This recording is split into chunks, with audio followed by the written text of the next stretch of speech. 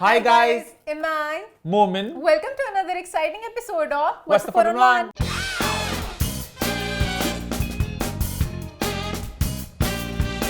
जी हाँ, हम वापस आ चुके हैं एक बहुत ही मजेदार एपिसोड के साथ। लास्ट वीक के शो को आप सबने बड़ा पसंद किया, बड़ा एंजॉय किया, लेकिन साथ साथ कंप्लेन आई भी कि लोग हो गए काफी डिस्ट्रैक्ट क्योंकि लास्ट वीक एक घोड़े की पूंछल ने शो में मारी एंट्री। जी हाँ, ईमान के मोडों पे एक पूंछल ने लास्ट वीक मारी एक अपीयरेंस। बात मैं करूं ईमान की गंदी एक्सटेंशंस के बारे में, तो शो की शुरुआत करते हैं ईमान से पूछते हैं क्या रही लास्ट वीक की फीडबैक। अच्छा पता है मेरी एक्सटेंशंस इतनी बुरी नहीं थी, मसला मेरा ईमान ने था। काम चोरी की, ईमान ने अपनी पूंछल को अटकाई नहीं। हालांकि लास्ट वीक पता नहीं मेरी आंखों पे कौन सा पर्दा पड़ गया, वरना मैं ही पता था ईमान आपकी पूंछल कहां को जा रही है। मसला ईमान अटकाती खूबसूरत लगती। मेरा मसला मेरी लेंथ का था। मैंने वो थोड़ा सा ये किया, मैंने नए अपने एक्सटेंशंस को भी नहीं कटवाने की कोशिश की, ना मैंने वेट किया कि मेरे अपने लेंथ लंबी होती। मेरे बाल इतने और स्ट्रेट हैं और वो लेंथ यहाँ पर जा रही थी, तो बहुत पता नहीं ऐसा लगा कि दो चीजें ऐसे लटक रही हैं बीच में से, क्योंकि ऑब्वियसली मेरे अपने बाल इस तरह नहीं थे, तो सिर्फ दो पूंछड़ें नीचे से लटक रही थी। नेक्स्ट टाइम मैं कोशिश करूंगी कि मैं अपने बालों को थोड़ा सा बीच में ब्लेंड करूंगा, मेरी लेंथ थोड़ी लंबी हो जाए। और मैं वैसे ही जरा इतना हेयर स्टाइल्स पे एक्सपेरिमेंट नहीं करती। अम्मा भी मेरा मजाक भी उड़ाती हैं, कहती मैं बेटा कुछ किया करो। ज्वेलरी भी देखे मेरी हमेशा सिर्फ यही होती है, इयररिंग्स हमेशा ही होते हैं। मुझे दुख की बात नहीं है, मुझे वैसे ही शौक नहीं है एक्सेसरीज सादा खातून है। हाँ, मुझे मेकअप हेयर स्टाइल एक्सेसरीज का इतना नहीं है, बट मैं ट्राई करूंगी कि मैं आप लोगों के लिए थोड़ा थोड़ा कोशिश करूँ। हर मैदान फतेह, हर मैदान फतेह। इसमें मैदान फतेह करने वाली कोई चीज नहीं है, बट आई ट्राई कि मैं आप लोगों को नेक्स्ट टाइम, बट हम सब मिलके हंसे। आप भी हंसे, मैं भी हंसी, अम्मा भी हंसी, सब हंसे। अच्छा, लोगों ने कमेंट किया, किसी का कमेंट था कि भाई मुंशी लेडीज बहुत हो रही है एडवेंचरस अपने बालों को लेके, अम्मा के फटे फटे बाल और ईमान के। अम्मा तो प्रॉपर एक्सपेरिमेंट करती हैं, अम्मा की बहुत सी लुक्स होती हैं फिट फिट सी। मेरा कोई एक्सपेरिमेंट था, मेरा तो एक मजाक था। कैसा लगा मेरा मजाक? पता नहीं वैसे मैंने खुद भी क्यों किया। अच्छा भले मेरे बाल थे, मैंने कहा चलो खैर चलो कोई नहीं, होता खैर रहता है, है। होता रहता है। बड़े बड़े शहरों में ऐसे छोटी छोटी पूंछलें आती रहती हैं। उसके अलावा मोमिन आपके एल्बोस को लेके बहुत से कमेंट्स आ गए, बहुत से मशवरे आ गए। इतने लोगों ने मशवरे भेजे कि मैं खुद थोड़ा आई होप मोमिन अमल भी कर ले। हर 2 दिन मेरे पास मोमिन का आता है। अच्छा, इंस्टाग्राम पे इतना बहुत वैसे इतनी अजीब बात है कि आप एक वीडियो देख लो एक तरह की, फिर सारा इंस्टाग्राम अब सारी कोनी आ रही हैं, सिर्फ कोनी आ रही है। कोई कुछ लगा रहा है, कोई कुछ लगा रहा है, और आधी फेक भी होती हैं। मतलब एक लड़की की ना मैंने देखी कोनी, उसने ना एक क्रीम बताई और उसकी नकली वीडियो थी। वो कोने बदल गई किसी की, हाथ ही बदल गया किसी का, क्योंकि यहाँ पे तिल का निशान था, तिल भी उड़ गया। क्या जो टिकटॉक पे आती डॉली है अस्मा डॉल, चिट्टा कर दो। अस्मा डॉल मुझे चिट्टा कर दो प्लीज प्लीज, चिट्टा कर दो। जिनकी पता नहीं अजीब, ओए अस्मा डॉल का मैं जाता हूँ, मुझे चिट्टा कर दो।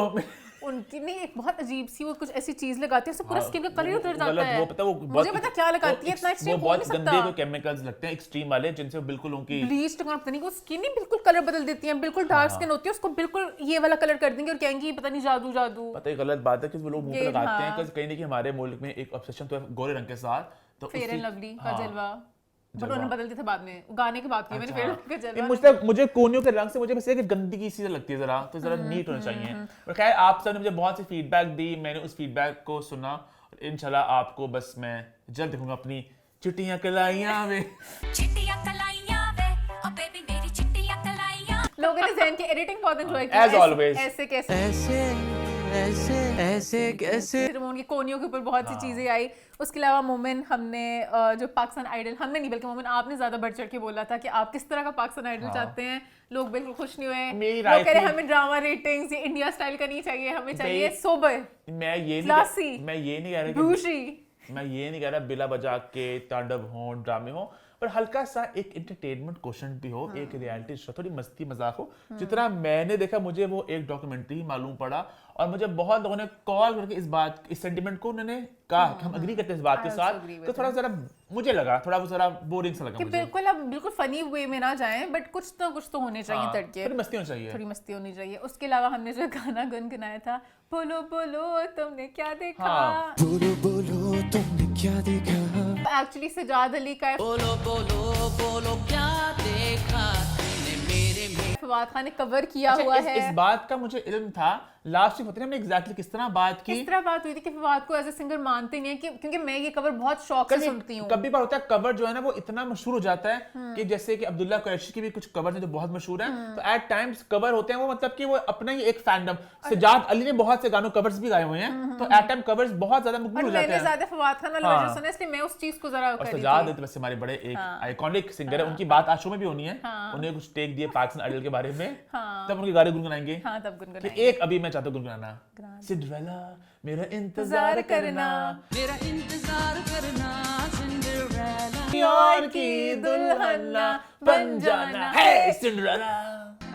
सिंड्रेला उनकी परफॉर्मेंस बड़ी मजे की थी जो अवार्ड्स में थी। हम अवार्ड्स में भाई एक तो सजाद अली की आवाज, उनके गाने, और साथ तड़का लगा आसिम अजहर अली सेठी और मोमना मुस्तहसन का। तो और चार चांद लगे कि अपने गाने गुनगुनाते सारे थे, गाने बहुत साथ अच्छे उनका थे। भी तड़का था। सोनी लगदी ओ मेरे सोनी लगदी। स्टार्ट में कहां से गया था? बचा के रखना। हाँ। बचा के रखना। उसमें ना बीच में ना वो एक जुगलबंदी आई थिंक कहते हैं उसको, कि वो एक लाइन मोमना गाती थी, एक वो गाते थे, तेरी नजर से डरी हुई हूँ डरी हुई, डरी हुई हो डरी हुई हो कोई नहीं है कोई नहीं, हैरान मैं हूँ हैरान मैं हूँ, हैरान क्यों हो हैरान मैं हूँ तुम्हारा साया तुम्हारा साया। तुम्हारा साया तुम्हारा साया। बहुत मजे का था वो। बहुत मजे का था। आप लोगों की पूरी परफॉर्मेंस देखना। ज़ैन ज्यादा वीडियोस ना डालना, हमारे पास राइट्स नहीं है सजाद अली। ये बात आगे होगी। आंखों की शो की तरफ बढ़े। ये खैर थी इसी feedback। नोट पे शो की शुरुआत करते हैं। सबसे पहले हमारे YouTube पे चैनल को सब्सक्राइब कर ले और बेल आइकन को प्रेस कर दें। फिर 250 के हमारे हो चुके हैं, जी हाँ 2.5 लाख लोग हो चुके हैं। इस पे बनती है एक सेलिब्रेशन। और मैं वैसे पुरानी बड़ी वीडियो देख रहा था, हम बड़ी सेलिब्रेशन पहले करते थे, सेलिब्रेशन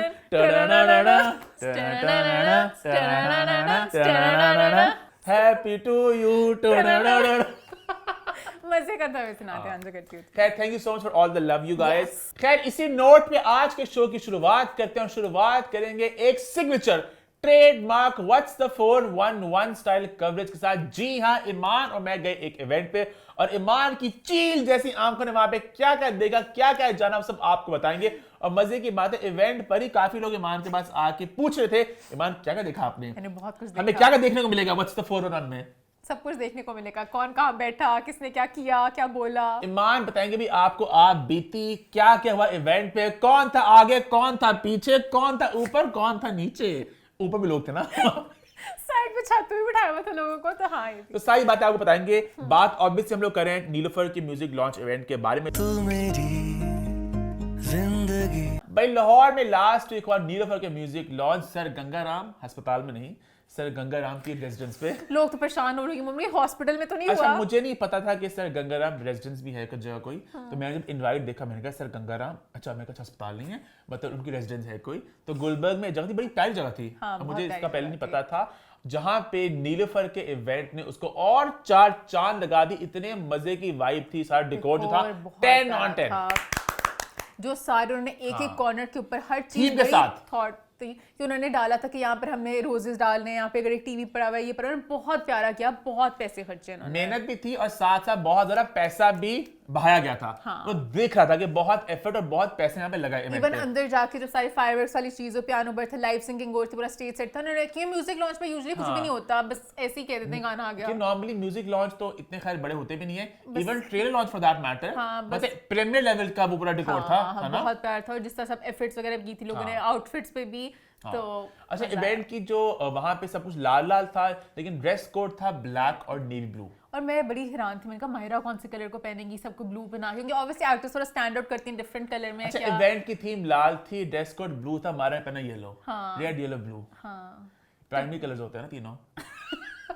जबकि मेरे माइंड में था शायद वो रेड करेंगी, क्योंकि रेड और ब्लैक था, बट रेड उन्होंने नहीं पहना।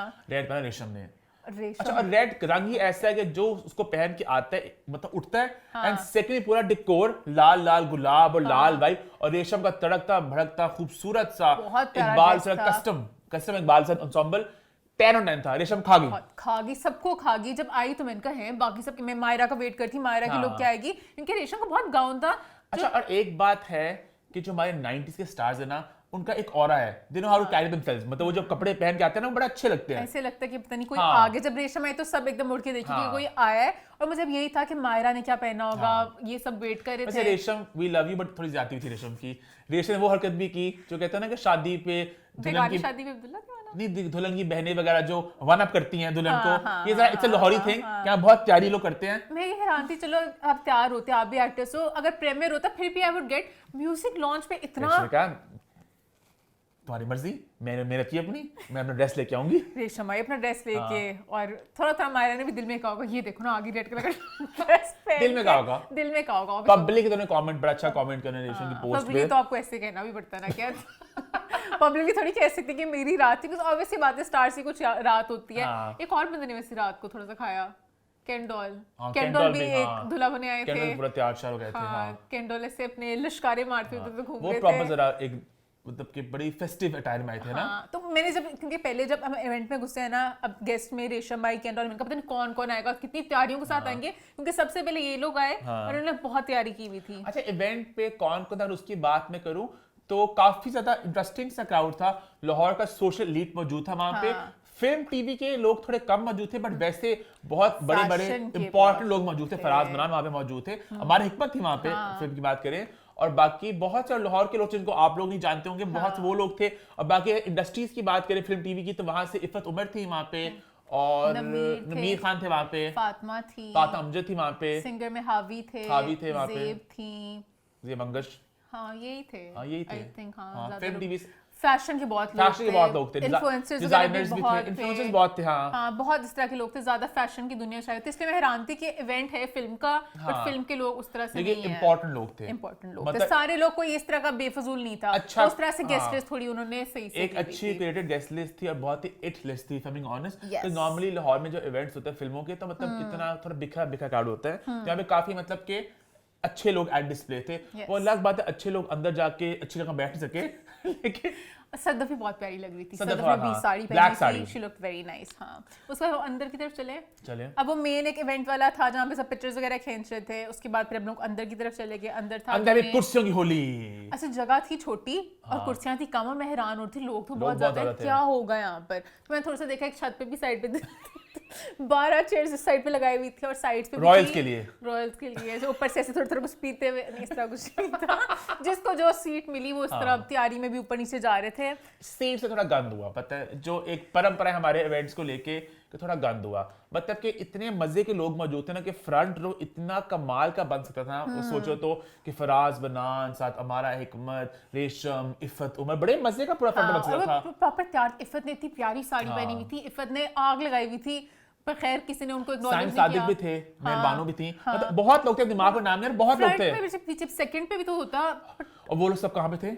लास्ट रो में खड़े हुए, वो भी खड़े हुए थे। ये मैं बड़ी हैरान हुई, मैं नोट करती किसको क्या होता है। मुझे बहुत बुरा फील हुआ कि उसको चेयर्स ही नहीं मिली। फराज ने पीछे खड़े हुए थे, अमारा हिकमत भी खड़ी, अमारा हिकमत जिन्होंने मौला जट प्रोड्यूस किया, उनको पीछे खड़ा करवा रहे हो। मतलब कि ठीक है, एक पॉइंट पे होता है कि चलो सीट्स कम पड़ गया, एंड पे थोड़ा लेट आए। She should have been in the front row. She should have been in the front. अच्छा, हम जब इवेंट के अंदर एंटर ना, उस जगह पे हम जाके बैठे, सीट्स काफी मतलब मल चुकी थी। अपनी होली थी, अपनी हाँ। मर्जी थी, जहां पे जाके बैठो, हाँ। खुद ही अपनी जंग लड़ो। किसी ने किसी की जंग लड़नी। हाँ। शुक्र हमारी सीट फिर भी ठीक थी, क्योंकि मैं ये भी देखना चाहती थी कौन कौन आ रहा जा रहा है। मतलब कि वैसे एंट्री होती है हाफ के मैं बाद। बहुत पीछे था, एज इन कि वहां पे सीट्स काफी कम रह चुकी थी, तो मैं पता इवेंट में थोड़ा डिसइंटरेस्टेड हो चुका था कि मुझे ना को नजर आ रहा था। इवेंट का सिर्फ फर्स्ट रो वाले एंजॉय करते, बाकी सबको सिर्फ सर नजर आ रहे थे, क्योंकि इवेंट में स्टेज को थोड़ा सा ऊपर होना चाहिए था कि हमें मायरा फवाद सही से नजर आते। मायरा फवाद के सर और लोगों के सर सेम लेवल पे पीछे थे। लोग बातें भी कर रहे थे ना, तो वो भी थोड़ा अपसेट भी होते हैं, लोग बातें कर रहे हैं, पीछे वाले बहुत बातें करते, पीछे वाले कहते जाओ ना, मैं नजर आ रहा कुछ हो रहा, हम क्या करें, तुम लोग का म्यूजिक लॉन्च हो रहा है। हमारे से जो पीछे वाला सारे रोते हैं ना, सबने कुछ नहीं करना पसंद किया, सिर्फ आगे वाले खुश थे कि हम आगे बैठे हुए हैं, और बाकी सारे सिर्फ बातें कर रहे थे। और था भी माहौल इस तरह का। ऐसे में ना पता नहीं, पीछे मैं भी बहुत लॉस्ट हो गया था बीच में। नहीं, मैं लॉस्ट नहीं, मैं तो सब पॉइंट्स नोट कर रही थी, क्या हो रहा है क्या नहीं हो रहा। सबसे पहले तो यासिर हुसैन ने होस्ट किया इस इवेंट को, और शुक्र है यासिर थे। यासिर ने हमारे उस इंटरेस्ट को बरकरार रखा, अपने कमेंट्री के साथ, अपने होस्टिंग के साथ, कुछ ना कुछ करके दे रहे इवेंट की थे। वाइब थी ना, अदील हाशमी भी आ सकते थे वहां पे, अगर अदील हाशमी और बड़ा एक बूजी सा वो प्रिटेंशियस इवेंट बन सकता था। क्राउड बड़ी उस तरह की माहिरा थी। क्या कहना चाहेंगी आप नीलफर में आपने बड़ी आला आई कारकर्दगी वुड लाइक टू टेल, इस तरह वाला क्राउड भी इस तरह का था, इस तरह की बात सुनने वाला, और वो सब भी इस तरह के थे, तो मैं यासिर का देसी तड़का एंजॉय कर रही थी। लेकिन but लोगों ने एंजॉय नहीं किया ना लोग, क्योंकि लोग भी सारे उस तरह के फैशन के थे। ओह my God, who is hosting, इस कहानी, बट इस तरह के लोग थे। और यासिर के फनी जोक्स को भी, मतलब यासिर एक तेज तरार तलवार है, इस तरह के कटीला क्राउड था कि यासिर के थोड़े मुझे फीके फीके लग रहे थे। हाँ, यासिर थोड़े घबराए हुए थे कि मैं क्या करूं इस क्राउड के साथ। मनहूस तो crowd। हमारी चीखें आती थी बीच में, वू ये अटैक हुआ, वू। कि यासिर वो बिल्कुल एक लाख सेल अवार्ड्स का फ्लेवर लेके आते। और फिर मैं सोच रहा हूँ शीरी एंड गाजी फ्रंट रो में अगर आपने वो मजे के लोग बिठाए होते ना, इतने मजे का बैटर होता। हाँ, हमारा एक मुझसे वो बातें कुछ पूछते मौला जेट रिलेटेड, क्या अब आपके फवाद इधर आ रहे हैं, कुछ भी बात होनी चाहिए थी। इफ्फत इतनी मस्ती करनी थी।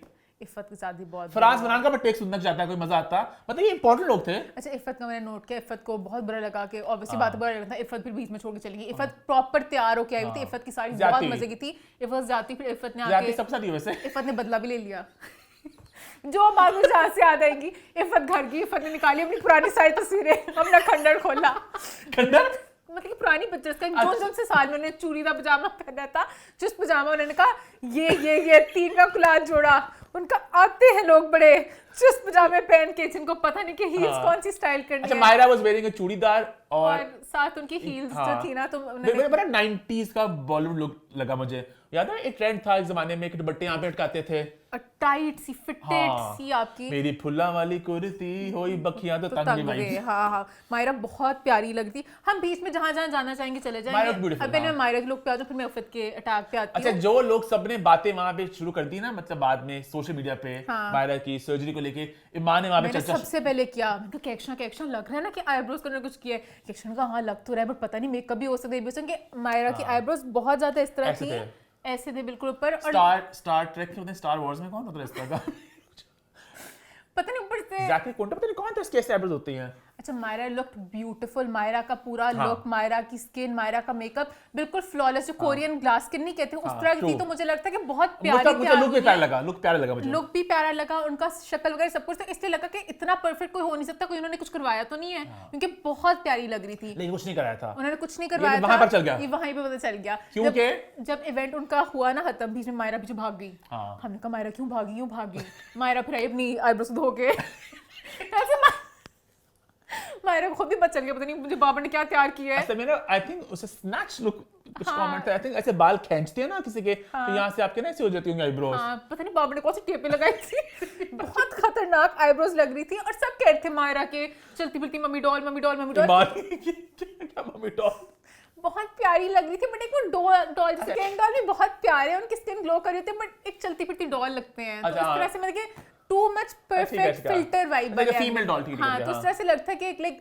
कोरियन ग्लास स्किन वाली डॉल जा रहे हैं उस तरह से। तो वो कह रही, फिर उन्हें फिर हुआ कि मैं अपनी नेचुरल लुक में आऊँ, तो अपने आईब्रोज सही की, उन्हें अपने बालों को भी करके, और बाद में फिर अपनी नॉर्मल लुक से लगता मायरा ही है। तो बाबा ने वैसे एक्सपेरिमेंट किया गुड, जैसे मेरी कल लास्ट टाइम घोड़ी वाली पूंछी थी, आपकी गान हुआ था। उनको भी लोगों ने इतना कोई पसंद नहीं किया उनके आईब्रोज को। लोगों ने कहा मायरा की जो हमें लुक पसंद है, एक वो मासूमियत सी आ रही होती है ये वाली लुक में। अभी तक एक बात समझ लगी नहीं, प्लीज मुझे कोई इनलाइटन करे कमेंट्स में, जितना मुझे इतना खैर फैशन का इल्म नहीं है, बट जो ऐसे बाल खींचते होते हैं, अम्मा भी कहती होती हैं, खींचे मुंह में उन्होंने, वही कहने जो बाल खींचते फिर आपकी आईब्रोज ऊपर होती हैं, यहाँ पे कैसे ऊपर हो गई? ऐसे यहाँ से कुछ किया होगा?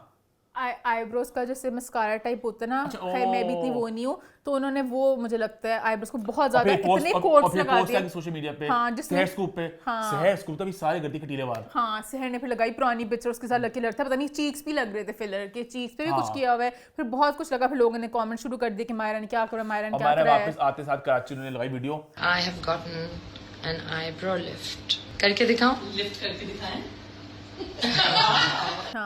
वापस नॉर्मल, उनका कुछ भी नहीं है, पता नहीं क्यों सारी खबरें सारी आ रही हैं। उन्होंने कमेंट भी किया था कि thank you for the love but why would I do face lift right now, not that I am judging anyone जो करते हैं ये सब कुछ। मेरे मेकअप आर्टिस्ट ने एक हेयर लिफ्टिंग की थी और उसकी वजह से सब कुछ हुआ। खैर, अब कमिंग टू मायरा की लुक के बाद इफ़त का अटैक, क्योंकि मैंने कहा पहले मायरा की लुक तो देख लो, उसके बाद आप फिर इफ़त का अटैक देख सकें। इफ़त ने कहा first rule of wearing churidars is to wear them with delicate chappals और very dainty silhouettes, heavy shoes like platforms and wedges look quite hideous. ठीक है, और सबको पता अभी लास्ट इवेंट मायरा का ही हुआ है, तो वो मायरा को अटैक कर रही हैं। फिर उनका if you are not wearing sling bags your strap should be hidden under your pyjama, तो उन्होंने बहुत से अटैक किए अपनी पिक्चर्स लगा के। तो वो फिर पता चल रहा था कि थोड़ा सा उन्हें गुस्सा भी था कि और बनता भी था जो उनके साथ इवेंट पे हुआ, तो उन्होंने अपना अटैक करके अपने दिल की भड़ास निकाल खैर मैं आगे देखती इवन फैशन में किसी और की बात करी है मैं फैशन गेम में फैशन गेम में रेशम फातिमा हमसे भी लाल साड़ी फातिमा पहनी लुक थी नाइस रेड साड़ी थी उनकी प्लेन सी थी ठीक थी और फैशन फैशन में और किसी में खास कहने को नहीं है फैशन इंडस्ट्री के बहुत लोग इंडस्ट्री मौजूद के थे बहुत वहाँ लोग पे इन्फ्लुएंसर्स करने बहुत सब लोग effort बहुत डाली टैलेंट थी। लगे थे हाँ। अच्छा अगेन एक तो रात मतलब कि वो वाइब वो डेकोर बड़ा अच्छा था और लोग इतने अच्छे थे ना कि बहुत ही हाई क्वालिटी किस्म की पूरी एक गेस्ट लिस्ट थी इसलिए तो कह अच्छा रहे हैं अच्छा लग रहा था कि इस सब क्राउड में यासिर हुसैन के जोक्स को भी लोग कहते थे वो और ये जरा थोड़े बूजी क्राउड बूजी लोग थे याद है बूजी लोगों की बात करते थे एक दफा एक जमाने में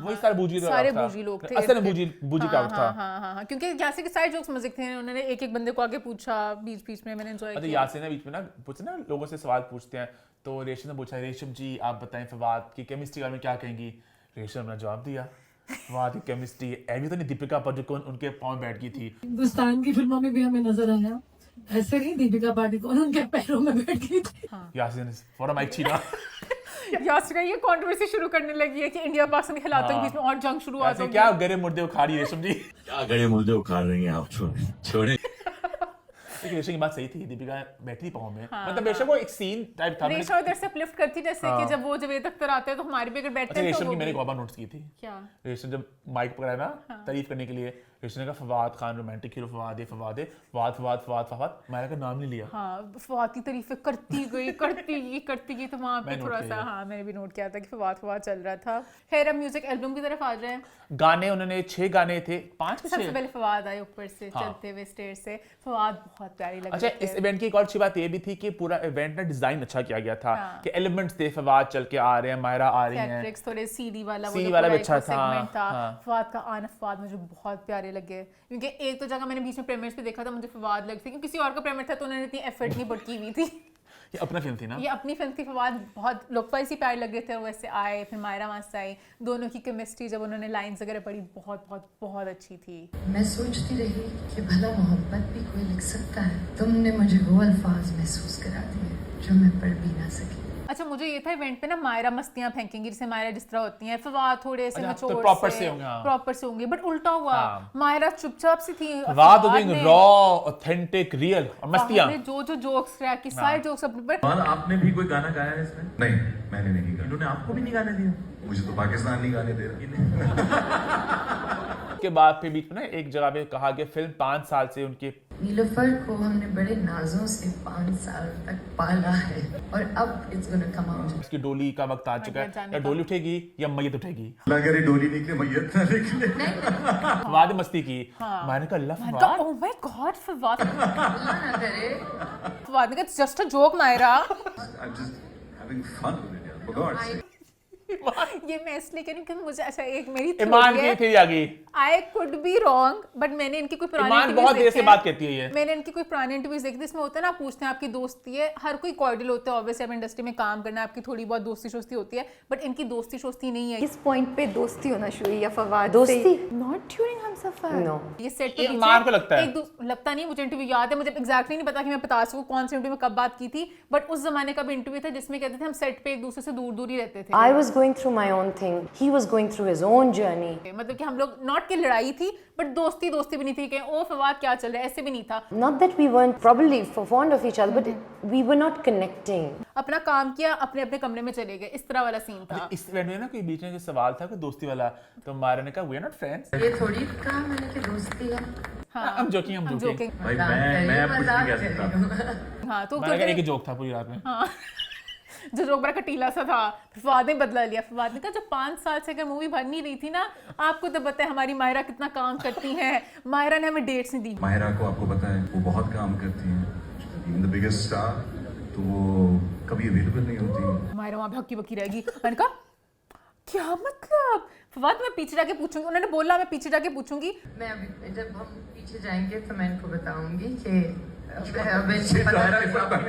जबकि मैं कहना चाहती यहीं पे पूछो अच्छा ये बात मैं चाहता सामने आए हाँ। जैसे मेरा भी सवाल था ये कि इस फिल्म को लेकर ना ये काफी देर से बन रही है और अगेन अब ये उड़ती उड़ती खबरें आई थी बीच में कि जो फवाद हैं और जो फिल्म के डायरेक्टर है अम्मार रसूल उनका इट करके का वैर है जिनको पंजाबी नहीं आती है जिनके वो मतलब थोड़े डिफरेंसेस हैं क्रिएटिव डिफरेंसेस हैं फिल्म को लेके विजन को लेके फिल्म बहुत रीशूट भी हुई है बिकॉज डायरेक्ट वो करते फवाद कहने के ना बताते इसको ऐसे करें कहीं ना कहीं आप समझ ले कि फवाद ही डायरेक्ट कर रहे थे, नाम उनका था, काम फवाद का था एक तरह से। तो उसमें बहुत सुना है अप्स एंड डाउन्स आए और फिर बहुत रीशूट हुई है, बहुत आगे पीछे हुआ है, तो इस वजह से काफी डिले भी हुई है। मैं ये बात सुनना चाहता मैं मायरा ने थोड़ी सी धमकी दी, फिर मोमन को पता था ना बैक स्टोरी क्या है, कि मैं बताऊं वो बात जो पीछे जाके मैं तुम्हें बैक स्टोरी बताऊंगी। मैं तो वहां भी ना उनकी देखना चाहता कि अमार ये और फवाद की आपस में क्या बॉन्ड है, कि मुझे लगता है बहुत दोस्त एक दूसरे से जरा खुश नहीं है। और अपेरेंटली ये भी था कि फिल्म को ना कि ये बाहर किसी प्लेटफॉर्म पे लेके जाने की कोशिश की जा रही थी बीच में, किसी इंटरनेशनल ओटीटी प्लेटफॉर्म पे, खैर वो भी नहीं हो सका। तो अब ये पाकिस्तान में नीलफर आ रही है सिनेमा में। वही ना आपस में बहुत इनका थोड़ा लग रहा था इस बात में, तो मायरा का सारा ब्लेम मेरे पे डाल दिया। आई होप फवाद आप सच बोल देते, बट मायरा मैं अप्रिशिएट भी करूंगी मायरा को, मायरा ने सच नहीं बोला। अच्छा ये बात मैं पूरी रात में बात आई नहीं कि 2000 क्यों लगे, किस कोविड तो हो गया ना 2020-21 में, उसके बाद 22, 23, 24, 25 क्या हुआ?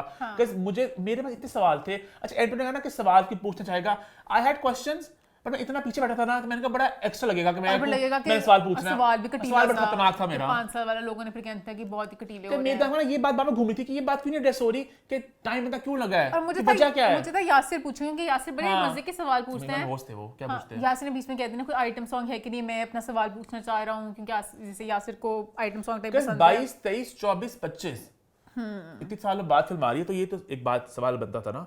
ईमान, और आप क्या बात करना चाह रही हैं?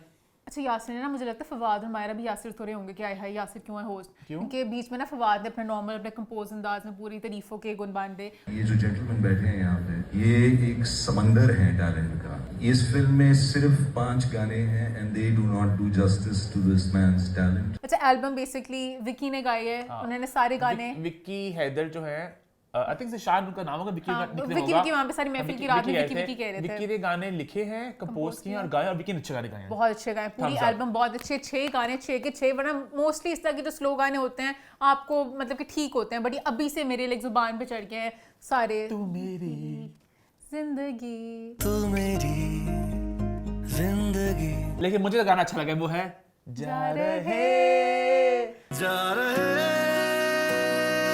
तेरे शहर से हम, तेरे शहर से हम। तो ये जब सारे गानों की बातचीत हो रही थी ना, तो फवाद ने यहाँ पे बोला कि मैं यहाँ पे अप्रिशिएट करना चाहूंगा, उन्होंने जो एल्बम बनाई है मैं चाहता हूँ आगे भी सारे एल्बम्स ये बनाएं, उन्होंने बहुत सी तारीफें की।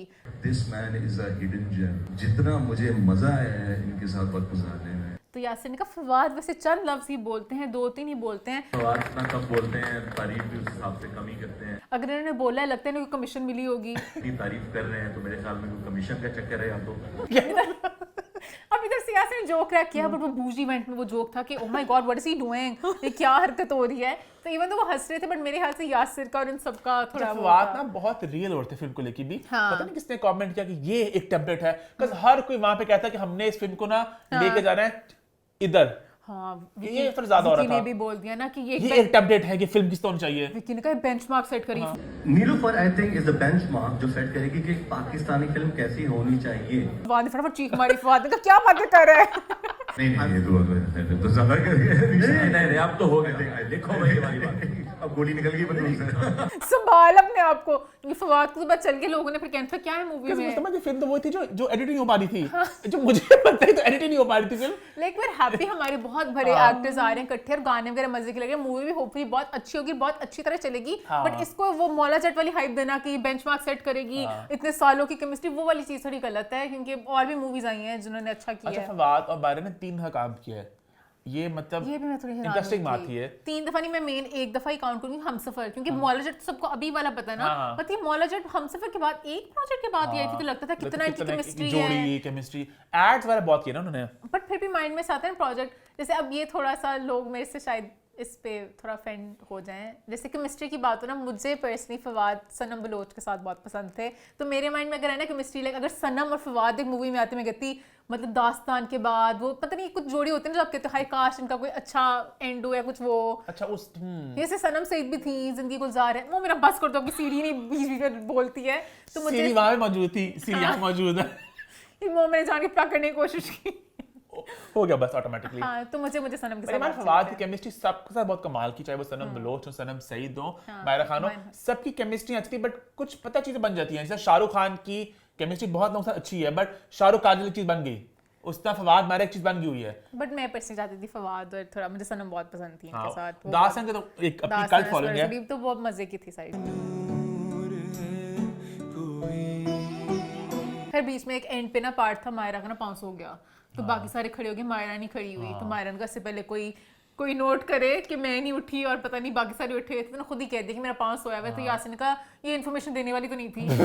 सबके लाइक सही थे कि सारे खड़े होते नहीं, प्रोड्यूसर खड़ा हुआ, डायरेक्टर खड़ा हुआ, तो लगता है कि मायरा क्यों ऐसे बनी हुई है तासी से बैठी हुई है। जैसे इवेंट वहां पे खत्म हुआ ना तो मायरा एक दिन पीछे भाग गई। फवाद वहां पे खड़े थे वहां पे और फवाद ने सबको वहां पे केटर किया। वहां पे एक एक बंदे को मिले वो और कहीं ना कहीं ऐसा लगता होता है ना जब बाहर टिकटेड इवेंट्स होते हैं तो लाइन लगी होती है कि सब लोग अभी आते हैं, मुझे अच्छा सेंटा क्लॉज को मिलते हैं जिस तरह उस तरह वाली वाइब्स थी। पर मुझे अच्छा लगा क्योंकि मेरे माइंड में था फवाद भी ऐसे अपनी इजाजत थी कि मैंने नहीं रुकना है जो भी। मायरा भी बाद में आ गई थी, अपनी आईब्रो धोने गई थी। मतलब कि मायरा पे शक मत करिएगा, मायरा भी मिली, मायरा भी सबको हम लोग वहां सब जा चुके थे। हमने नहीं प्रॉपर देखा लेकिन वो भी तस्वीरें वहां उनकी भी आई इंस्टाग्राम पे। मुझे आगे एक बर्थडे पे जाना था इसलिए निकलना पड़ा, तो वहां फिर मायरा भी आई तो फिर सबकी पिक्चर्स वगैरह, तो मुझे अच्छा लगा वहां पे। मैं तो फवाद सबको मिले और इंस्टाग्राम पे भाई सबकी तस्वीरें हैं। अच्छा ये भी इवेंट की है, बड़े मजे की बात है, पता नहीं वो पेड कोलैबोरेशन लोगों ने किए हैं ये मुझे नहीं पता। स्लाइडर्स आ रहे हैं प्रॉपर, सबकी पोस्टें आ रही हैं। कुछ की तो मुझे पेड लग रही है, मुझे एक दो लोगों की तो I think I can tell वो पेड है कि सबने पोस्ट किए हैं। और नीलोफर हुआ है 2020 वाला स्लाइडर्स, बड़ी प्यारी एजी पिक्चर्स आ रहा। तो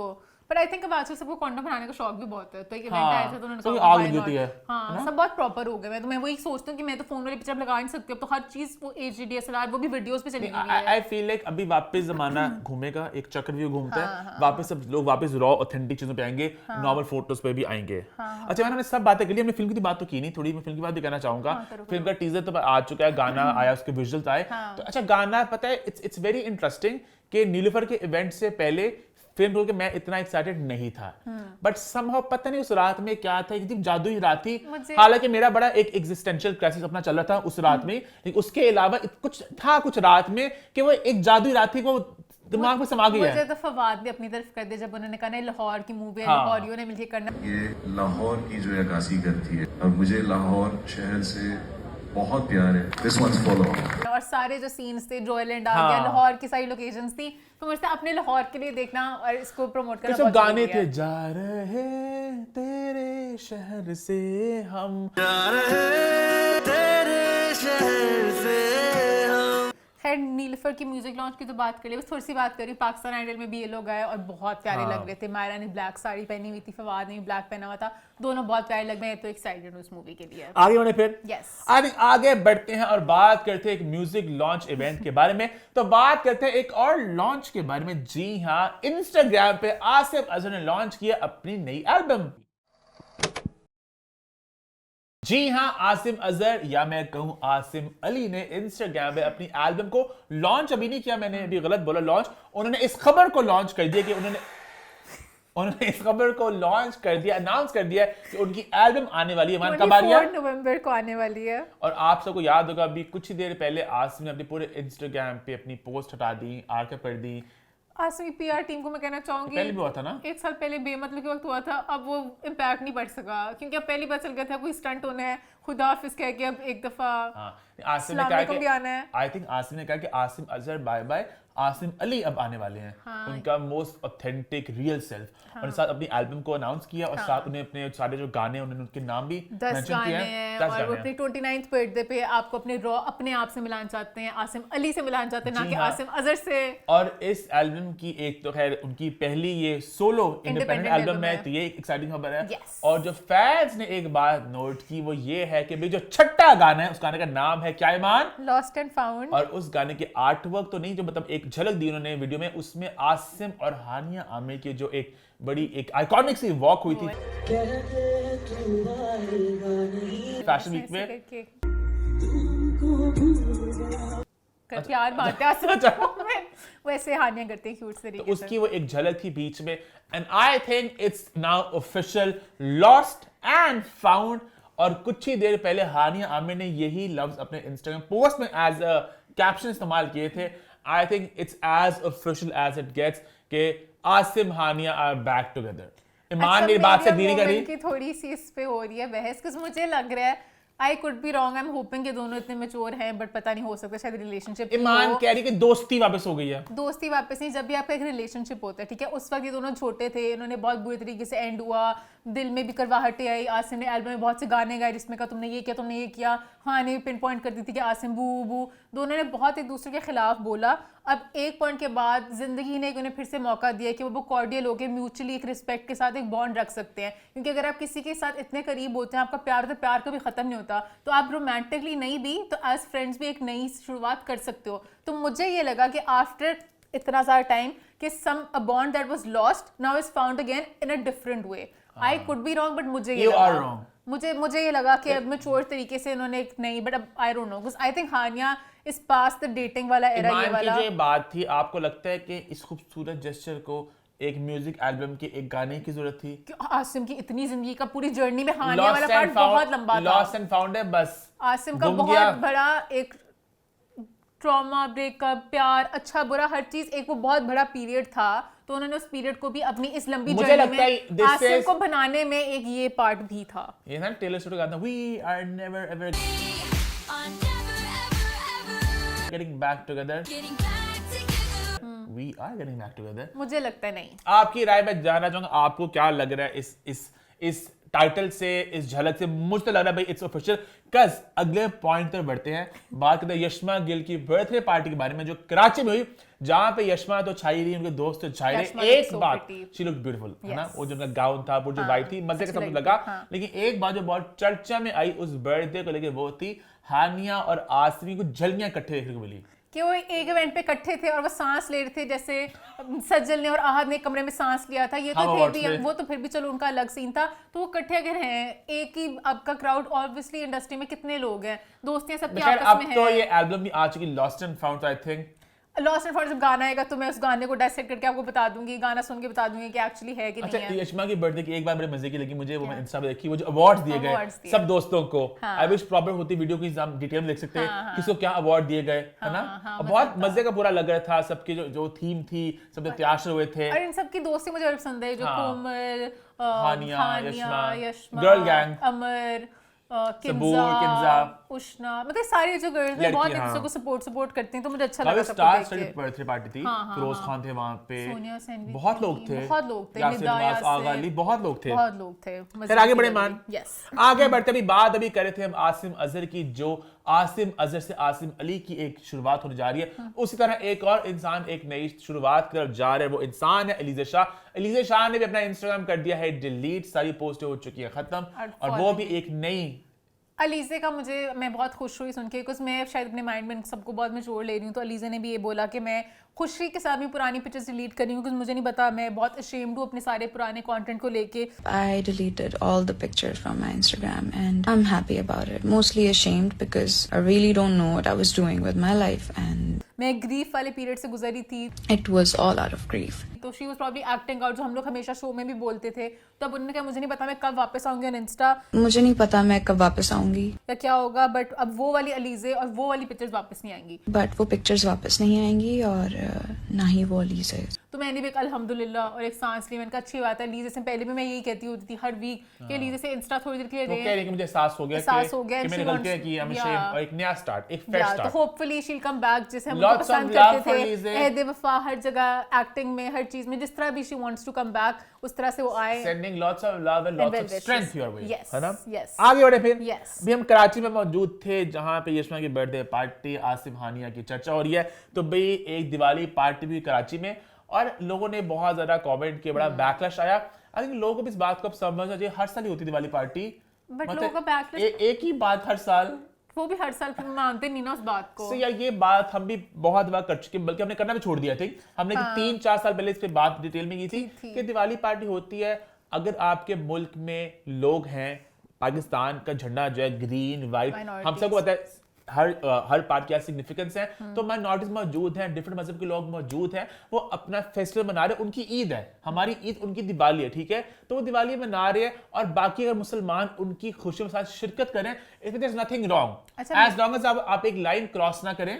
मेरा भी यही मानना है कि आप किसी के साथ सेलिब्रेशन में जाना गुड, ये जो बिंदी लगाते हैं और सिंदूर लगाते हैं वो नहीं लगाना चाहिए, क्योंकि वो हमारे लिए अलाउड नहीं है. हम इमिटेट नहीं कर सकते किसी और की रिलीजियस ट्रेडिशंस को, या जो वो कर रहे हैं. मेरा बस पे एक रहा कि अगर आप माइनॉरिटी के साथ आपका कोई दोस्त है जो हिंदू, उसके साथ खुशी में शरीक हो रहा है तो थम्स अप, तालियां. बट अगर आप you are doing for the gram, for the coolness, फिर ये मैंने इसको पसंद मुझे नहीं ये चीज नहीं, मुझे आप इमिटेट नहीं कर सकते वो बिंदी वाली चीज का. बस मुझे बाकी आप जाएं वहां पर सेलिब्रेट करें, खाने खाएं, मस्ती करें, क्योंकि इस्लाम में भी रिस्पेक्ट और हर चीज हर रिलीजन के लिए रखा हुआ है. तो आपको उनको हैप्पी दिवाली भी कह सकते हैं, बट ये नहीं करें दिवाली की हार्दिक शुभकामनाएं. सिंदूर तो होता भी उनका उस चीज के लिए जो शादीशुदा अपना दिखाने के लिए. मुझे पता है, इस बार मेरे एक दिमाग में एक और बात भी आई, मेरा टेक है, मैं आपकी राय भी जानना चाहूंगा, ईमान आपकी राय भी जानना चाहूंगा. मुझे लगा कहीं ना कहीं ना ये बड़ी एक चीज की तरह बन गई है कि एक कूल दिवाली पार्टी होगी, हम उस पे जाएंगे.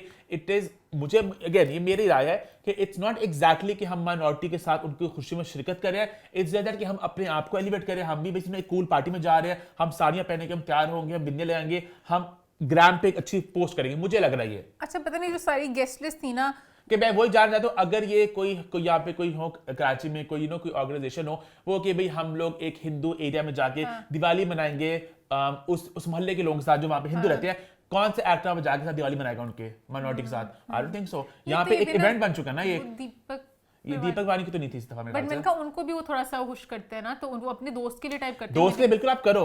मुझे ये वाइब इस दफा. अच्छा, इस पूरे जो अली रहमान थे, सनम सईद थी, सरवत गिलानी, आयशा उमर, मनशा पाशा, शरियार मुनव्वर, शर्मीन, अमर. मुझे अमर पता नहीं लगा इस क्राउड के साथ, क्योंकि कुछ लोग आपको पता होता है, जैसे सनम सईद, अली रहमान, कुछ इस तरह के हैं जो पार्टी वाइज में कूल कैट्स जो कहेंगे हमने हर किसी को सेलिब्रेट करना है, सब कुछ करना है. अमर थोड़ी देसी से, अमर को मुझे लगा थोड़ा सा बिंदी शिंदी ना ही लगाती हैं, क्योंकि अमर बल्कि अमर ने कहा मुझे भी फिट इन कर रहे हैं तो व्हाई नॉट. लेकिन मतलब कि हाँ मैं भी इनवाइट हो गई हूँ तो क्यों ना करूँ. ये थोड़ा सा मुझे कि बिंदी ना लगाएं, सिंदूर ना लगाएं, बाकी आप एंजॉय करें, सेलिब्रेट कर, दोस्ती खुशी में मनाएं. यस, मतलब लाइन क्रॉस ना करें. लाइन क्रॉस ना करें. आगे बढ़ें. बट मैं यहाँ पे भी कहना चाहूंगी, दिवाली के पीछे सब आ जाते हैं. हैलोवीन भी हर कोई मनाता है, हैलोवीन भी नहीं मनानी चाहिए. तो कुछ चीजें पता होती नहीं मनानी होती, बट लोग मनाते हैं, तो अब वो जो मना रहे हैं उनको मनाते हैं, आप ना मनाएं. ये कह सकती हूँ.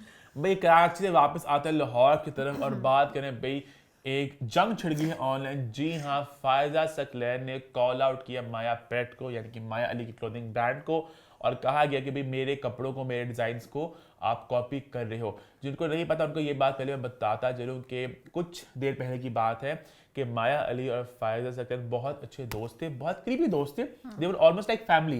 इकट्ठे दिखते थे और माया ऑलमोस्ट एवरी इवेंट माया फायजा के ही जोड़ा पहनती थी. और बहुत दोनों की ना एक सिनर्जी थी कि मतलब प्रोफेशनली भी और पर्सनली भी.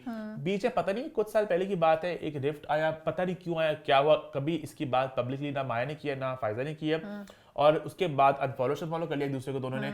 उसके बाद माया का ब्रांड माया पेटर पोर्टर आ गया, और फायजा सकलैन को तो ब्रांड था ही. और कहीं ना कहीं ये बात काफी लोगों ने तब भी की थी कि वो इसी बात पे शायद कुछ इख्तलाफात हुए हैं, बिकॉज़ माया का जो ब्रांड है वो फायजा के ब्रांड से काफी इंस्पायर लगता है. और ये बात शुरू से चलती थी कि सिमिलरिटीज है, रिजेम्बलेंस है थोड़ी. बिकॉज़ वेबसाइट का लेआउट देखें आप, जिस तरह उनकी ब्रांडिंग स्टैंडिंग भी है, आर्टिकल्स के नाम वगैरह भी हैं. मुझे तो ये लगता था फायजा को वर्कर शर्कर उठा के ले गई माया. अच्छा, ये भी बड़ा पता है एक रिवाज है कि बहुत से डिजाइनर्स हैं, हम नाम नहीं लेंगे कोई, तो बहुत से डिजाइनर्स हैं उनके वर्कर्स ने आगे अपने ब्रांड खोले हैं और बिल्कुल सिमिलर लगता है, बड़ा अच्छा खोल लिए हैं. हमें नाम अच्छा क्यों बड़े हो नाम लेना चाहिए, आई डोंट नो, मतलब कि सुनी सुनी बात भी होती है ना कभी कभार. एग्जैक्टली मतलब आप उसको वेरीफाई नहीं कर सकते बातों को, अनलेस आपको पता है कि असली वर्कर थे. तो अक्सर बातें ना पता है बातें फैलती रहती है ना, वो बन जाती हैं, आपको लगता है एक्चुअली सच. बट मैंने मल्टीपल लोगों को सुनाई है. इस तरह यहाँ माया वाला अभी यही स्टोरी हुई कि लोग कहते थे भाई वहां से बहुत ज्यादा इंस्पिरेशन ली गई है, और अब जाके 2025 में फायजा ने फाइनली कॉल आउट कर दिया. फायजा ने स्टोरी लगाया, should I be flattered, inspiring this brand in all respects, I must say, from dress to model to backdrop, it's getting boring now, Maya Pret. Please come up with something of your own. Can't promise, but hopeful that might sell too. अच्छा, फायजा ने ना 3-4 story लगाई जहाँ पर उन्होंने अपने वो कपड़ों की बताया कौन से कपड़े उनके कॉपी किए हैं. ऑनेस्टली आई फेल्ट कि जो फायजा ने एग्जांपल्स दी वो इतने अच्छे नहीं थे, जो लोगों ने ढूंढ के लगाए ना वो ज्यादा बेहतर एग्जांपल्स थे. मुझे लगा फायजा के जो मेन पॉइंट था, फायजा के था कि मॉडल भी सेम है, उसकी लुक भी सेम है, उसके पोज भी सेम है, मूड बोर्ड सब कुछ काफी सिमिलर है. तो वो काफी लेकिन मिलता लोगों ने जुलता कुछ है। कपड़े वो कपड़े एग्जैक्ट सेम ही थे, हाँ मैंने भी देखा था, वो काफी लग रहा बहुत था मिलता लड़कों के भी जुलता। थे लड़कियों के भी थे, और बल्कि और ब्रांड भी आगे बीच में लोगों ने कहा कि XYZ ब्रांड ये वो, कि माया के जो ब्रांड है बाहर। माइजा आई थिंक एक अकाउंट है इंस्टा पे, उन्होंने लगाया था कि माई असाइनमेंट में बेस्टीज असाइनमेंट, उसमें उन्होंने लगाया हुआ था पिक्चर्स डिफरेंट ब्रांड्स की। ज़ारा शाहजहां का भी था बीच में, तो डिफरेंट लोग थे, मरियम रिजवान का भी था। बट मेरा मानना ये है कि लाइक इस तरह के ईस्टर्न कपड़े सेम ही होते हैं, कुछ बिल्कुल कॉपी लग रहे हैं, बट इस तरह के अनरखे कॉपी डिजाइन मतलब क्या। अच्छा यहाँ पे ना एक बात तो ये भी उठती है कि ये बहुत से डिजाइनर्स बहुत से दूसरे डिजाइनर्स पे बात कर चुके हैं कि आपने मुझसे इंस्पायर हुए, आपने मुझे कॉपी किया, और अक्सर डीवा पे पोस्ट इस तरह की आती है। मुझे याद है कुछ देर पहले वो ज़ारा शाहजहां और हुसैन हार की भी आई थी, तो इस तरह की अक्सर पोस्टें आती हैं कि मेरा एक और डिजाइनर दिमाग में नाम आ गया मेरे, जो पब्लिकली नहीं पोस्ट हुआ बट वो हमारे अपने ही एक सर्कल में था, कि एक A-लिस्ट डिजाइनर को एक इमर्जिंग डिजाइनर ने कॉपी किया, और मैंने कपड़े लिए उस इमर्जिंग डिजाइनर से। अच्छा, हाँ। और मुझे लगा उसका अपना डिजाइन है, मुझे फिर वो A-लिस्ट ने कहा कि आपने बहुत मेरे इतनी गंदी कॉपी पहनी है मेरे डिजाइन की। मैं कही आपकी तो नहीं है, तो मैंने वहां से ली है। तो फिर उन्होंने मुझे अपनी पिक्चर भेजी, वो सेम था, बस कलर डिफरेंट था वो। तो मैंने कहा ये क्या हुआ, हाँ तो कभी लाइक पैसे भी सेम ही थे ऑलमोस्ट। हाँ तो ये भी होता है। तो बहुत ज्यादा फैशन की दुनिया में अक्सर इस तरह चीजें हो रही होती हैं। मैं ये नहीं कह रहा कोई सही है करनी चाहिए, बट ये एक बहुत कॉमन चीज है, इंस्पिरेशन लेना, बट बिल्कुल एग्जैक्ट करना। और एट टाइम्स ये भी है कि कपड़े, क्योंकि ये होता है कि जो डिजाइन भी होते हैं वो हर कोई आगे से आगे इंस्पिरेशन भी ले रहा होता है। अच्छा इस केस में ना मैं फैशन कोई एक्सपर्ट नहीं हूँ, बट कुछ जगह तो आई कुड टेल कि वो एग्जैक्ट सेम है, वहां पे तो मुझे गलत लगा कि इतना एग्जैक्ट कॉपी नहीं होना चाहिए। कुछ जगह पे वो लगा कि मिलता जुलता, वो I would let that pass, but कुछ जगह एग्जैक्ट सेम था, वो मुझे बहुत ऑफ लगा बिल्कुल। लाइक वो जो एक फिरोज और बहादुर वो बहुत ही सेम था, वो बिल्कुल सेम था, वो गलत बात है कि हल्का फुल्का रंग शंग सेम हो सकता है। हाँ, मतलब एक चीज को कुछ डिफरेंट कर दो, सब डिजाइन वगैरह हर चीज सेम। अच्छा माया ने इस पे कोई रिस्पांस नहीं दिया, माया ने इंस्टाग्राम पे कहा कि मेरे कपड़े मिल रहे हैं अवेलेबल ऑनलाइन, जाओ जाके खरीदो। बट आई जेन्युइनली होप कि इन दोनों का इतना अच्छा वक्त गुजरा है, इतना अच्छा बॉन्ड था कि किस तरीके से इस बात को सॉर्ट किया जा सके, है ना। कि दोनों के बहुत मिले थे, फैमिली बॉन्ड था आपस में। पता नहीं क्या हुआ, ये पता नहीं। अच्छा इंडस्ट्री इनसाइडर्स ये भी कह रहे हैं कि ये इनकी लड़ाई की शुरुआत इसी बना पे हुई थी। अच्छा, ब्रांड को लेके हुआ था कि जब ब्रांड हुआ सिमिलैरिटीज दिखे, और फायजा भी इतनी भरी हुई थी कि उन्हें इतना वक्त लिया। मतलब फायजा का मैं बड़ापन नहीं कहूंगा एक तरह से कि वो कब से बात उन्होंने अब जाके बोला कि वो कितनी वो भरी हुई थी कि उन्होंने कहा मुझे बात ये कहनी है। अब आई थिंक इट्स हाई टाइम के इस तरह जो ब्रांड जो इन योर फेस कॉपी करें वो चीज को थोड़ा जरा हाथ खोला रखे, है ना। यस आगे उन्हें फिर आगे बढ़ते हैं और बात करे थे भाई दो खवातीन के बीच में थोड़ी जरा जो एक इंस्टाग्राम पे कुछ जरा एक टसल हुई। तो भाई एक और इंस्टाग्राम पे टसल तो नहीं कहूंगा मैं, एक वन साइडेड ही बात चल रही है। जी हाँ, बात मैं करूं सवा कमर के बारे में, और मुशी खान ने उनपे जो एक तरह से पता नहीं क्या किया है। सो बेसिकली सबा कमर का आया एक इंटरव्यू जहां पर उन्होंने बात होस्ट ने पूछा कराची के बारे में। तो सबा कमर ने कहा अस्तगफिरुल्लाह। तो सबा जी शिफ्ट होने का कराची आपने कभी नहीं सोचा? अस्तगफिरुल्लाह। उन्होंने बाद में साथ ही बोला हाय अल्लाह, ऐसे कहना नहीं चाहिए, कभी भी कुछ भी हो सकता है। कहते हैं वैसे नहीं कहना चाहिए, कोई पता नहीं होता। और बाद में होस्ट जो है उन्होंने काफी बात इस तरह की। तो अच्छा अब कराची में बड़े छोटी छोटी सी जगह होती हैं, कराची में तो मुर्गियों की तरह डरबे में बंद कर देते। तो उन्होंने कहा हाँ हो सकता है, मुझे जरा खुला पसंद है, जहाँ पे हवा है, मुझे ग्रीनरी पसंद है। हाँ maybe this is the reason I like open space. मुझे इस्लामाबाद पसंद है। फिर उन्होंने कहा हाँ वैसे देखा जाए तो कराची में इतना ज्यादा डेवलपमेंट भी नहीं है। डेवलपमेंट का स्केल लाहौर इस्लामाबाद में है, कराची तो is not even close. Lahore और इस्लामाबाद तो में बेसिकली सबा ने कहा कि मुझे कराची में मैं नहीं जाना चाहूंगी, I prefer Islamabad. I like Islamabad. उन्होंने लाहौर भी नहीं किया जहाँ पे उनका घर है। वो कहती मुझे इस्लामाबाद में कोई घर ले दे, खुला। आई डोंट माइंड अगर कोई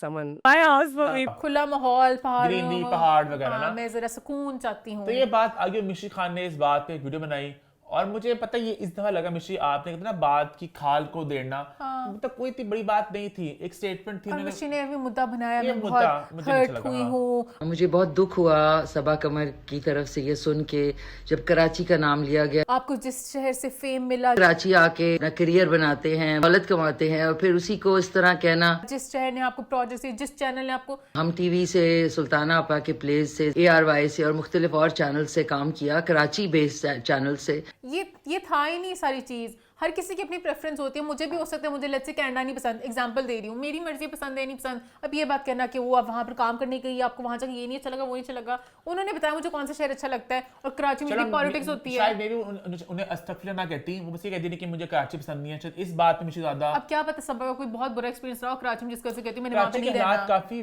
आप सब जानते हैं कि मतलब सिक्योरिटी के पॉइंट ऑफ व्यू से भी और भी इंफ्रास्ट्रक्चर की बात भी की जाए तो काफी वो मतलब कराची खुद लोग मानते भी हैं, तो मुझे लगा इस बात को इतना खींचना चाहिए था। फिर बात चल गई, फिर ट्विटर पे लोग शुरू हो गए, फिर करते कहते कि आप यहाँ पे आते हो, काम करते हो, यहाँ से पैसे कमाते हो, फिर इसको बुरा वाला बोलते हो। इफ तो मैंने बड़ी सही बात बोली, इफ तो मैंने कहा कि मतलब नहीं पसंद शहर तो नहीं पसंद, हर किसी की अपनी मर्जी होती है कौन सा शहर पसंद है कौन सा नहीं। सबा ने इसका जवाब दिया, सबा ने कहा breaking news, I have feelings and opinions, shocking right, but unlike the headlines I have got actual work to finish. और जो बिल्कुल सही बात थी, इस इंटरव्यू में इतनी पॉजिटिव बातें थी, कुछ बुरा नहीं था, उन्होंने इतना कुछ बताया कि अच्छा अगर आप इस तरह फील कर रहे हो, हाँ अपने अंदर बातें ना रखो, आपको स्ट्रेस नहीं लेनी चाहिए, बड़ी अच्छी बातें थी। वो अपना बता रही थी कि मैं भी इस्लामाबाद में रहना चाहती हूँ, मैं अपनी सबा से बस एक गलती मेरी नजर में होगी, सबा अस्तगफिरुल्लाह बोलती, कहती कराची नहीं, मुझे कराची तो सॉरी, मतलब सॉरी कराची वाले अगर आपको बुरा लग रहा है, मुझे कराची बिल्कुल पसंद नहीं, आई लाइक लाहौर में इस्लामाबाद, वो उन्होंने अस्तगफिरुल्लाह बोलती है ना, तो लोग आजकल बहुत सेंसिटिव हो गए हैं और लोग आजकल हर कोई बातें पकड़ने को बैठा हुआ है। क्या फिर थोड़ा सा एक्सप्लेन करती, मुझे ये लगता है कराची में इनको लोगों वाला आवाम भी नहीं पसंद। ये जैसे कहते हैं ना बीच में कि सीनियर्स कुछ बहुत होते हैं, इच्छाधारी नागिन, कहती मुझे इतना ट्रेन करते हैं कि मैं इंडिया में जाके बिल्कुल चलती, मैं तैयार थी मैदान करने के लिए, क्योंकि यहाँ पे सीनियर्स इतने खतरनाक अटैक कर चुके थे मेरे पे, तो आप ऑब्वियसली इतने सालों से काम कर चुके हैं, वो आप खुद भी कहती रहती है अब इस पॉइंट पे आके मैंने कराची में शिफ्ट होना भी क्यों है। एक ओपिनियन था, मैं उसका एज ओपिनियन लेना चाहिए था। और हर किसी की पसंद होती है, जैसे मुझे इस्लामाबाद कभी कभी लगता है कि इस्लामाबाद बहुत लाइक उस तरह से होगा, मैं थोड़ा लाइवली सी जगह जाती हूँ, मुझे इतना सुकून मैं शायद ना बर्दाश्त करूँ, खामोशी मुझे ना अच्छी लगे। हम बहुत सेंसिटिव हो गए पता मुझे लगता है। मैं देखिए कुछ चीजें अब रहने दें, हर किसी की अपनी प्रेफरेंस होती है, किसी को लाहौर लगता होगा क्या लाउड से लोग हैं, तो मतलब क्या इसमें हर किसी की अच्छी बुरी दोनों चीजें हैं। आइए और फिर भाई आगे बढ़ते हैं, बात हुई कराची लाहौर इस्लामाबाद, तो बात करते हैं लाहौर की। जिंदा दिल वाले ने सारे लाहौरिये, प्यार विच कदी भी नहीं हारे लाहौरिये। जी हाँ, लाहौर शहर में हमने आपको लास्ट वीक बताया था कि मोहम्मद राना करें थिएटर का लुक और थिएटर में उनके डेब्यू होने जा रहे, तो हम सब गए देखने ये चूड़ियां फ्राइडे को ओपनिंग नाइट पे। और हम बताएंगे अपनी आप बीती, हमने यहाँ पे क्या क्या देखा, क्या क्या जाना, क्या क्या पाया। ईमान आप स्टार्ट करें। सबसे पहले मोहम्मद राना की बात ही करेंगे। जब मोहम्मद राना को देखा, उनकी जब वो एंट्रेंस हुई, लाइटें बुझ गई और गाना लगा करम नजारा, तो मोहम्मद राना चल के आए, उन्हें ऑडियंस से इंटरेक्ट किया। अच्छा, I will be brutally honest, it was a bittersweet moment for me. मतलब I was happy to see him, you know, back in action. वो अच्छे लग रहे थे, वो enjoy कर रहे थे, पर हल्का सा मुझे लगा कि I wish things had turned out a bit differently, and I still am hopeful कि फिल्म का रुख वापस करें, वो टीवी का रुख करें। Because he looked so nice, बहुत फिट थे, बहुत अच्छे लग रहे थे। मतलब no offense to theater, अच्छा यही बात सबा कमर वाले पॉइंट में, सबा कमर इस तरह बात थोड़ा कवर कर लेती है ना, कि no offence to theatre, but ये है कि अगर हम मीडियम्स को बात करें, TV is a bigger medium, film is a bigger medium, तो I would want to see more of him उस मीडियम में, है ना। बट ये मैं खुश हूं कि हुड शूट सबने ऑडियंस में सबने बहुत वेलकम किया, तालियां रुक रही थी, हमने तो बहुत तालियां बजाई, हमने बहुत तालियां, बहुत खूब बजाए। और कुछ लोग थे जो गोले में से मतलब गोलियां चलाते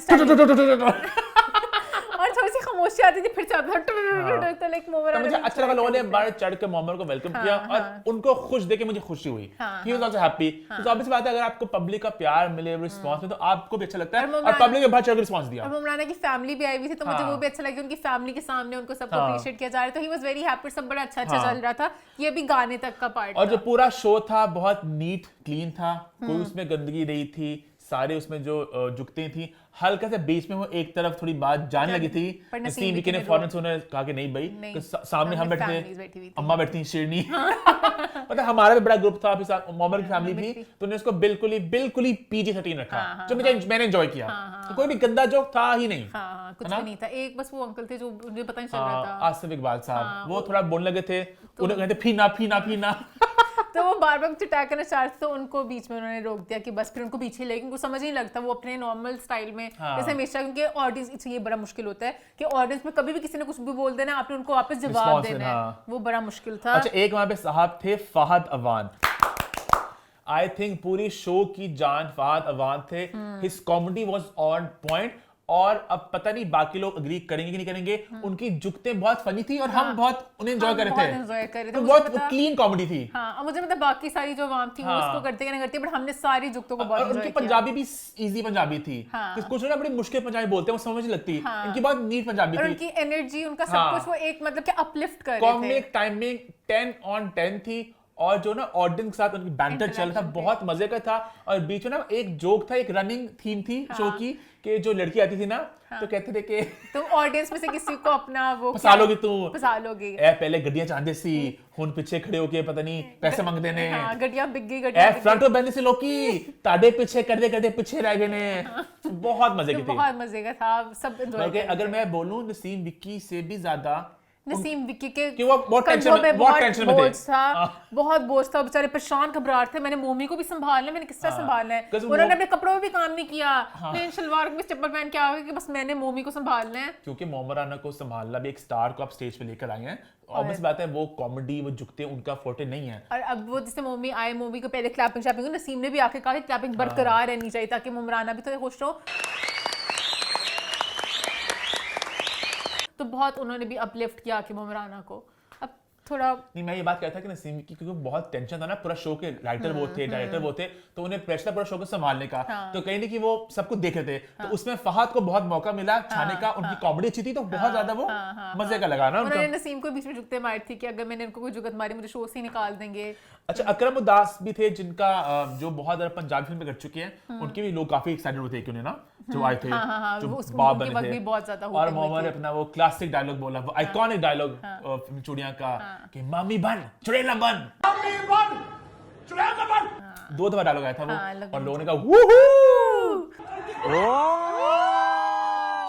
मोमी को बहुत एंजॉय किया। अच्छा, मोमी के लिए थोड़ा सा मुश्किल था थिएटर का। मैंने मोमी को देख के अंदाजा लगाया कि आपको बहुत इसके लिए शार्प चाहिए और एक्टिव होना पड़ता है कि अब यहाँ पे अगर लेट्स से फवाद खान भी आया ना, अब बड़े से भरा कोई एक्टर भी लिया, वो भी यहाँ पर आके पजल हो जाएंगे कि क्या करना है। ऑडियंस ने किसी वक्त पे आपको टोक देना किसी बात पे और आपको वहीं से रोक के फिर वहीं से लाइन स्टार्ट करनी है।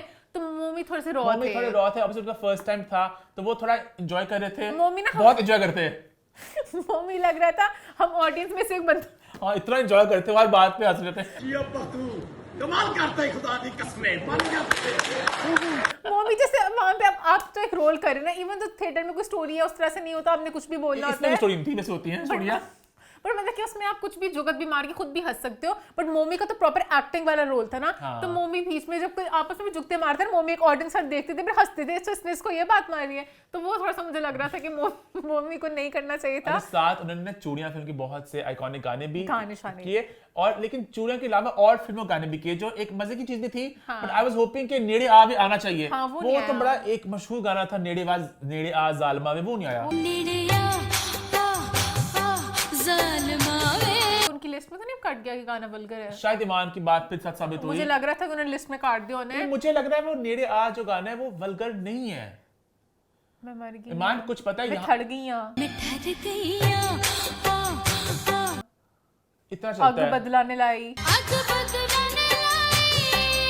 इतना चलता है। वो उन्होंने एक्सट्रीम गंदे गाने बैन किए। अच्छा, हम थिएटर को इतना मार गई तेरी बेपरवाही ठंड पा पा पा जालिमा,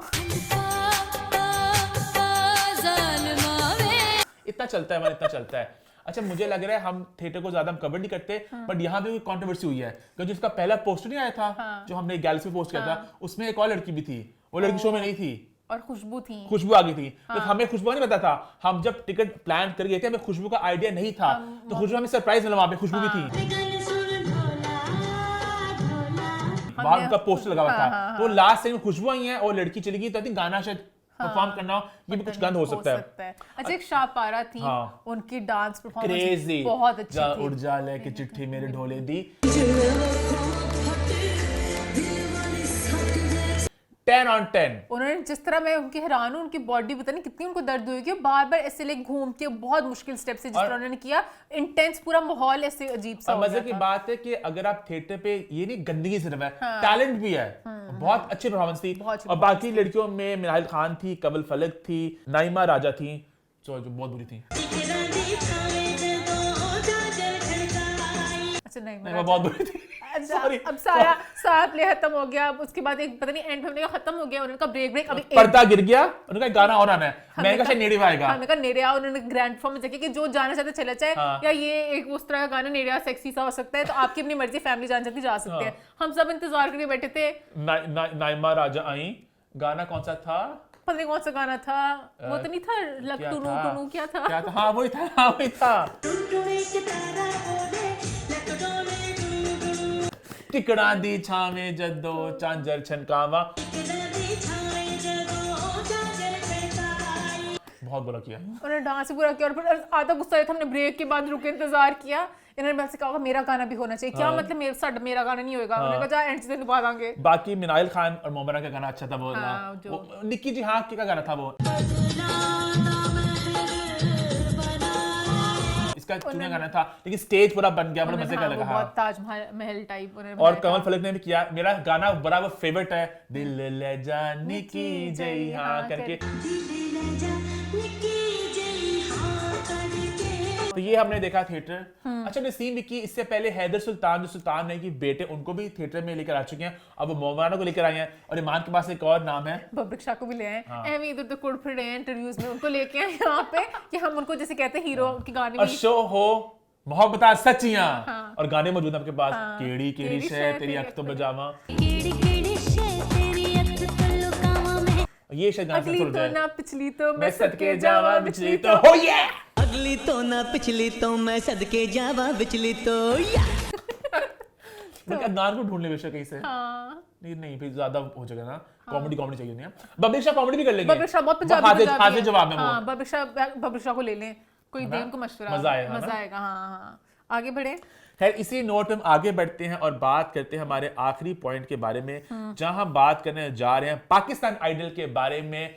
हर हफ्ते आई थिंक कोई ना खबर बन रही है पाकिस्तान आइडल के बारे में। सजाद अली ने एक स्टेटमेंट पास की है, जहां पे उन्होंने अपनी तरफ से तो पाकिस्तान आइडल को नीचे दिखाना चाहा, लेकिन अलबत्ता वो खुद नीचे गिर गए, तो लोगों ने बहुत बात को माइंड किया, और मैंने भी इस बात को इतना पसंद नहीं किया। तो उन्होंने कहा कि भाई आप सबको लग रहा होगा कि पाकिस्तान आइडल हमारे गाने क्यों नहीं आ रहे, मेरे गाने नहीं आ रहे, और नॉटनेस से चल रहा है। तो आप नोटिस कर रहे होंगे कि पाकिस्तान आइडल में कुछ गाने बस वही रिपीट हो रहे हैं, नॉटनेस आई भी है, एक ही तरह के गाने चल रहे हैं, कोई मुश्किल गाना नहीं आ रहा जिससे एक्चुअली परख हो सकती है। जिन्होंने मुश्किल गाने गाए हो वो ही गाने गा के लोग कंपटीशन जीतते हैं, कि सिंगर कौन अच्छा है कौन बुरा है। सादे गाने गा के तो हर कोई गाना गा लेता है, आम सिंपल सा गाना गाकर तो कोई कंपटीशन नहीं जीतता ना।